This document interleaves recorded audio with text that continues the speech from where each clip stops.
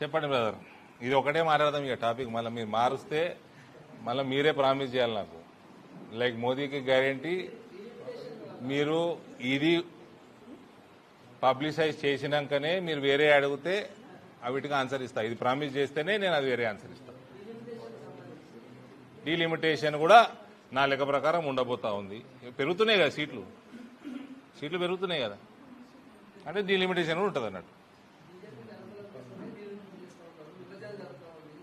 అంటే 2009లో కాంగ్రెస్ అనుకూలం కోసం చేసుకున్నారు వాళ్ళు. డీలిమిటేషన్ అనేది అది ప్రక్రియనండి, ప్రతి 15 ఏళ్ళ కోసం చేసుకోవాల్సిందే.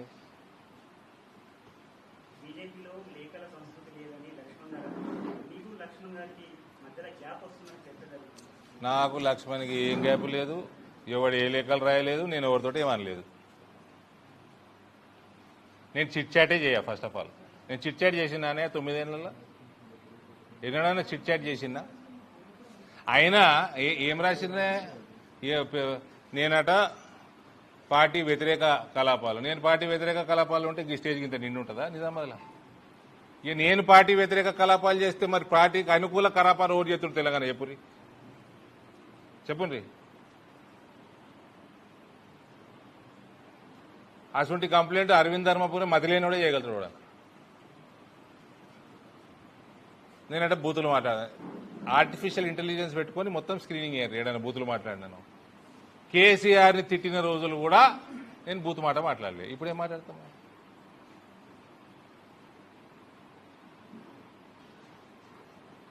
ఎవరు ఏ లేఖ రాయలేదు, నేను ఏ చిట్ చాట్ చేయలేదు. నా చిట్ చాట్లు కూడా గిట్లనే ఉంటాయి, మైకుల ముందరనే ఉంటాయి. చూస్తలేరా మీరు? అందరికంటే దగ్గరగా ఇందూరు మీడియా చిన్న మీడియా కాదు కదా. ఈ రాష్ట్రంలో అన్నిటికంటే పెద్ద జిల్లా ఇది. సైజులో పెద్దదే, పొలిటికల్ కూడా పెద్దదే.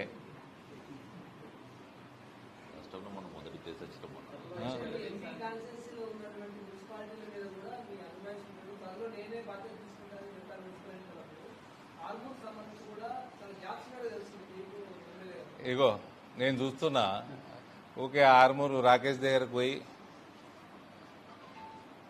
రాకేష్ నా తోబుట్టుతో సమానం. ఆయన ఏజ్లో పెద్దగా ఉన్నా నాకన్నా పాలిటిక్స్లోకి తీసుకొచ్చింది నేను. ఎమ్మెల్యే అయిండు. ఎమ్మెల్యే అయినప్పుడు రాకేష్ గారికి ఓపెన్గా నేను సలహా ఇస్తున్నా. నా సోదరుడు ఆయన. ఎమ్మెల్యే కాగానే ఏంది తేనె లెక్క ఈగలు మస్తు ఆలుతాయి. ఈగ దగ్గర రానియకు. నువ్వు లీడర్వి, నీకు బూత్ కార్యకర్తతో పని, ప్రజలతో పని. No coterie, no inner circle. నాకు ఇది కావాలి, నాకు అది కావాలి, నా కోటరీ, ఇది ఎంపీ కోటరీ. ఇది ప్రెషర్ ఉంటేనే ఉంటుంది, అందరికి ఉంటుంది. రాకేషే కాదు, ప్రతి ఒక్కరికి ఉంటుంది. నాకు కోటరీ లేదు. మా సోదరుడు రాకేష్ కూడా అదే చెప్తా, కోటరీ పెట్టుకోవద్దు. అందరు వస్తారు, అందరికి పని చేద్దాం. ఆయన today Rakesh Reddy is an icon in Telangana BJP. There is no doubt. పని చేస్తున్నాడు కాబట్టి, మాట్లాడే సత్తా ఉంది కాబట్టి he's become an icon in Telangana. And I will always be proud about it. Rakesh నేను బీజేపీలోకి తీసుకొచ్చినా అని. పని చేసేటోడు దగ్గర వచ్చి సోది పెడతా ఉంటారు చాలా మంది. ఆ సోది ఇప్పుడు మాకంటే నాకు చరిత్ర డి శ్రీనివాసు కథ కార్ఖానా పార్టీని నడిపించి పార్టీని గెలిపించిన చరిత్ర ఉన్నది మా కుటుంబంలో. మాకు అలవాటు ఉన్నది. ఆయన పాపం పాలిటిక్స్లో కొత్తగా వచ్చిండు. సోది పెట్టేటోళ్ళు చాలా మంది జేమవుతారు ఎమ్మెల్యే కాగానే. ఆర్మూర్లో ఫస్ట్ టైం బీజేపీ ఎమ్మెల్యే. మళ్ళా 2 చెవులు ఇచ్చిండ్రు, ఒక చెవులు వినాలి, ఒక చెవులు వదలాలి. అది రాకేష్ చాలా smart fellow, very smart guy. పెద్ద పెద్ద బిజినెస్లు చేసినోడు, ఈజీగా అర్థం చేసుకుంటాడు. మీరు దాని గురించి ఆలోచన చేయాల్సిన అవసరం లేదు. ఈ మీడియాలు బాగా ఛానల్ అయిపోయినాయి. ఎవడో రిపోర్ట్ ఇవ్వాలి. లాస్ట్ 15 రోజుల నుంచి కంటెంట్ లేదు. రాకేష్ రెడ్డి మధ్యలో, అరవింద్ మధ్యలో, లక్ష్మణ్ అరవింద్ మధ్యలో, ఈటల సంజయ్ మధ్యలో, కిషన్ రెడ్డికి ఇంకోల మధ్యలో ఏమి గ్రూపులు లేవండి. చిన్న చిన్న సమస్యలు ప్రతి పార్టీలు ఉంటాయి, మీ ఛానల్లో కూడా ఉంటాయి. చెప్పాలనా? అన్ని ఛానళ్ళ చరిత్ర తెలుసు నాకు. అన్ని ఛానళ్ళలో ఏమేమి అన్ని తెలుసు రాజకీయాల్లో. ఆ? ఎందుకు రాయలేనా? నేను రాస్తున్నంటే పెద్ద పెద్ద పేపర్ల కంటే ఎక్కువ ఉంది సబ్స్క్రిప్షన్ నాకు. రాయమంటావా?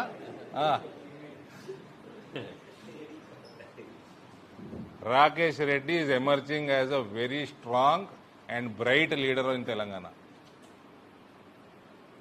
ఏమని ఉంటే మేమేం మాట్లాడుకుంటాం. అక్కడ ఫస్ట్ టైం ఎమ్మెల్యే వచ్చిండు కాబట్టి ఆశావాహులు పెరుగుతారు. పాత వాళ్ళని కొత్త వాళ్ళని బ్యాలెన్స్ చేయగలిగినంత ఆయన చేస్తున్నాడు. చేయలేనిది మేము చేస్తాం. అది మా ఇద్దరి మధ్యలో సమస్య. అది నా బాధ్యత.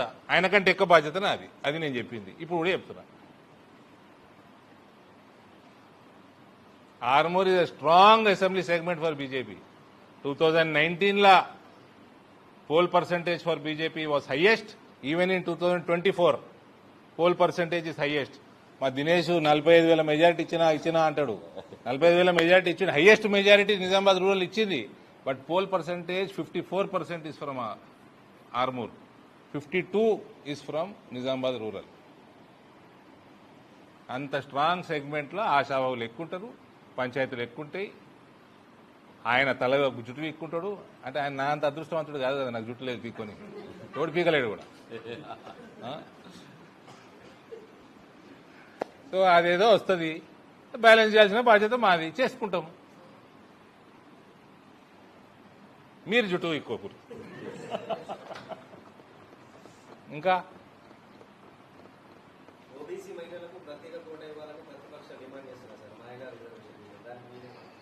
కాంగ్రెస్ వాళ్ళు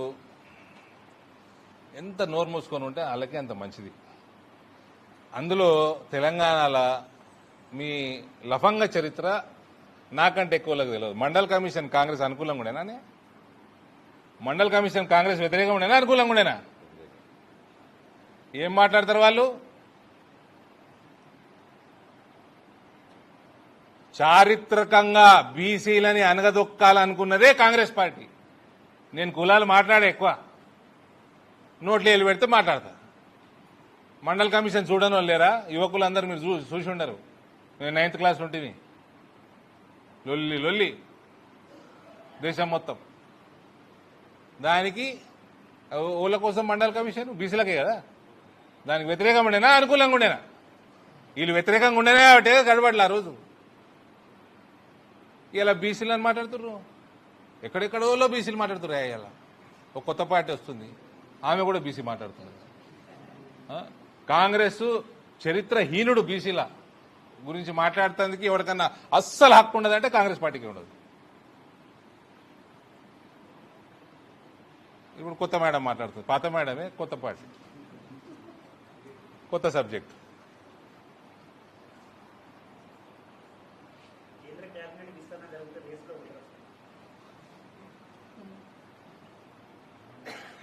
ఎన్నిసార్లు అడుగుతారా? నా భారతీయ జనతా పార్టీని నిజామాబాద్ పార్లమెంట్లో తెలంగాణ రాష్ట్రంలో మెజారిటీ సీట్లు గెలిపించడానికి నా వంతు రేసులో నేను తప్పకుండా ఉంటా.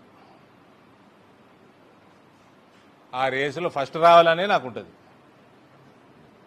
వేరే అన్ని ఆతే జాతే रहते, हम लाइट लेते, बचपन से क्या नहीं देखे हम.